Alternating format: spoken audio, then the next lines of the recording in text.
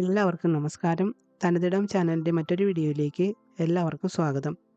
ഇത് ബയോബിൻ. ഞാനിതൊരു വർഷമായിട്ട് ഉപയോഗിക്കുന്നു. ഇത്രയും നാൾ ഉപയോഗിച്ചതിൽ നിന്നും എനിക്ക് മനസ്സിലായ ഇതിൻ്റെ ഗുണങ്ങളും ദോഷങ്ങളുമാണ് ഞാൻ ഇന്നത്തെ വീഡിയോയിലൂടെ പരിചയപ്പെടുത്തുന്നത്.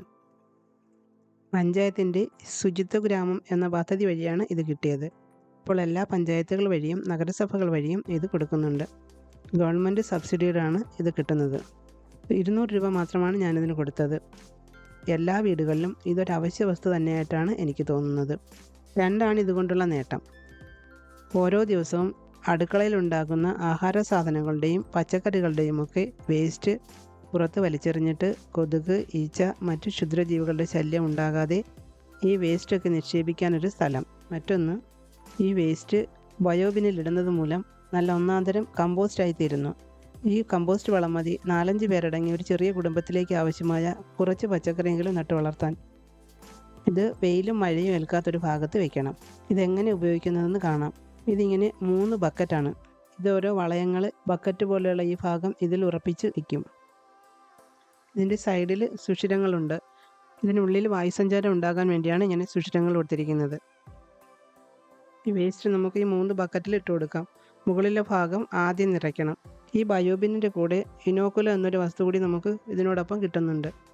ഒരുതരം ചകിരിച്ചോറാണിത്.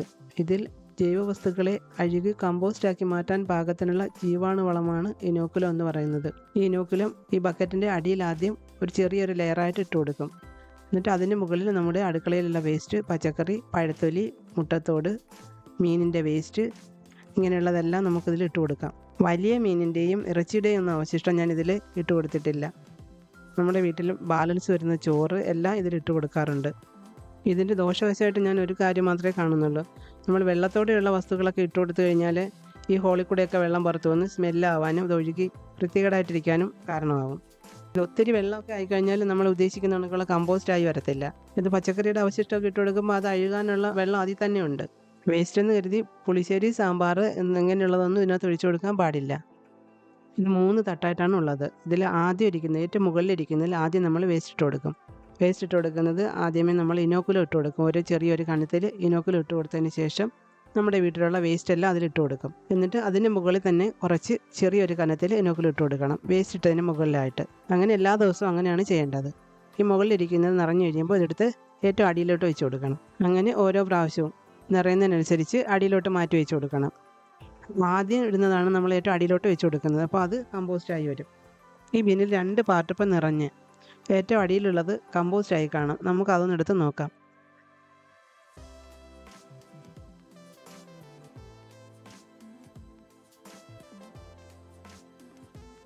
ഇത് കണ്ടോ? ഇത് ഒരു മണമൊന്നുമില്ലാത്ത നല്ല പൊടിഞ്ഞ വളമായി തീർന്നിട്ടുണ്ട്.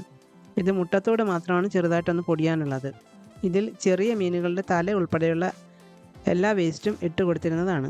എല്ലാം നല്ല വളമായിട്ടുണ്ട്. അടിയിലിരുന്ന ഭാഗം നമ്മളെടുത്ത് തട്ടിയിട്ട് ഇനി ഏറ്റവും മുകളിലിരിക്കുന്ന ഫില്ലായ ഭാഗം എടുത്ത് അടിയിൽ വെച്ച് കൊടുക്കും. ഇപ്പോൾ ഇനോക്കുലം ഇല്ലെങ്കിലും നമുക്കിപ്പോൾ ഇനോക്കുലം എൻ്റെ തീർന്നു പോയിട്ടുണ്ട്. ഇപ്പോൾ ഇനോക്കുലം ഇല്ലെങ്കിലും നമുക്കിത് വേസ്റ്റാക്കി മാറ്റാം. ഇനോക്കുലം ഇല്ലെങ്കിൽ WDC, വേസ്റ്റ് ഡീകമ്പോസർ എന്ന് പറയുന്ന WDC ഉണ്ടെങ്കിൽ അത് ഒഴിച്ചു കൊടുക്കാം. അതല്ലെങ്കിൽ കുറച്ച് വെള്ളത്തിൽ ചാണകം കലക്കി അത് ഒഴിച്ചു കൊടുക്കാം. അതും അല്ലെങ്കിൽ നമ്മളിങ്ങനെ ഉണ്ടാക്കിയെടുത്ത ഈ കമ്പോസ്റ്റ് ഉണ്ടല്ലോ, അതിൽ നിന്ന് കുറച്ചെടുത്ത് ഇട്ട് കൊടുത്താലും മതി. ഇത് ദിവസം ഒരു തവണ മാത്രം തുറന്ന് നമ്മൾ വേസ്റ്റ് ഇട്ട് കൊടുക്കുന്നതാണ് നല്ലത്. നമ്മൾ ഒരു ദിവസത്തെ വേസ്റ്റ് മൊത്തം കളക്ട് ചെയ്ത് വെച്ചിരുന്നിട്ട് വൈകുന്നേരങ്ങളിലും കാണും ഇത് ഒരു ദിവസം ഒരു പ്രാവശ്യം മാത്രം തുറന്ന് എല്ലാം ഇട്ട് കൊടുക്കണം. ഇപ്പോൾ ബയോബിൻ കിട്ടാത്തവർ വിഷമിക്കുകയൊന്നും വേണ്ട. ഇനി കിട്ടുമ്പോൾ വാങ്ങിയാൽ മതി. ഇപ്പം ബയോബിൻ ഇല്ലെങ്കിലും നമുക്ക് അടുക്കള വേസ്റ്റ് ഒരു ബക്കറ്റോ സിമൻറ്റ് ചട്ടി ഏതെങ്കിലും ഉണ്ടെന്നുണ്ടെങ്കിൽ നമുക്ക് കമ്പോസ്റ്റ് ഉണ്ടാക്കിയെടുക്കാം. അപ്പോൾ എനിക്ക് ഈ ബയോബിൻ കിട്ടുന്നതിന് ഇപ്പോൾ ഞാൻ ചെയ്തിരുന്നത് എങ്ങനെയാണെന്ന് കാണിച്ചു തരാം. ഇത് നല്ല പൊടിഞ്ഞ വളമായിട്ടാണ് കിട്ടിയത്. ഇതിൽ മീനിൻ്റെ വേസ്റ്റൊക്കെ ഇട്ടിട്ടുള്ളതാണ്. അപ്പോൾ ഇങ്ങനെ ഒരു ബക്കറ്റ് ഉണ്ടെങ്കിൽ തന്നെ നമുക്ക് അടുക്കള വേസ്റ്റ് വളമാക്കി മാറ്റാൻ പറ്റുന്നതാണ്. പിന്നെ ബയോബിൻ ആകുമ്പോൾ ഇങ്ങനെ 3 തട്ടുകളുള്ളത് കൊണ്ട് എല്ലാ സമയത്തും നമുക്ക് ഉപയോഗിക്കാൻ സാധിക്കും. അപ്പം നിങ്ങളിൽ ആർക്കെങ്കിലുമൊക്കെ ഇത് ഇനിയും കിട്ടിയിട്ടില്ലെങ്കിൽ അടുത്ത തവണ അപേക്ഷ കൊടുക്കുന്ന സമയത്ത് അപേക്ഷ കൊടുത്ത് നേടാൻ ശ്രമിക്കണം. ഈ വീഡിയോ എല്ലാവർക്കും ഉപകാരപ്രദമായി കാണുമെന്ന് കരുതുന്നു. എല്ലാവരും ഈ വീഡിയോ ലൈക്ക് ചെയ്യാനും ഷെയർ ചെയ്യാനും സബ്സ്ക്രൈബ് ചെയ്യാനും മറക്കാതിരിക്കുക. അടുത്ത വീഡിയോയുമായി വരുന്നതുവരെ എല്ലാവർക്കും നന്ദി, നമസ്കാരം.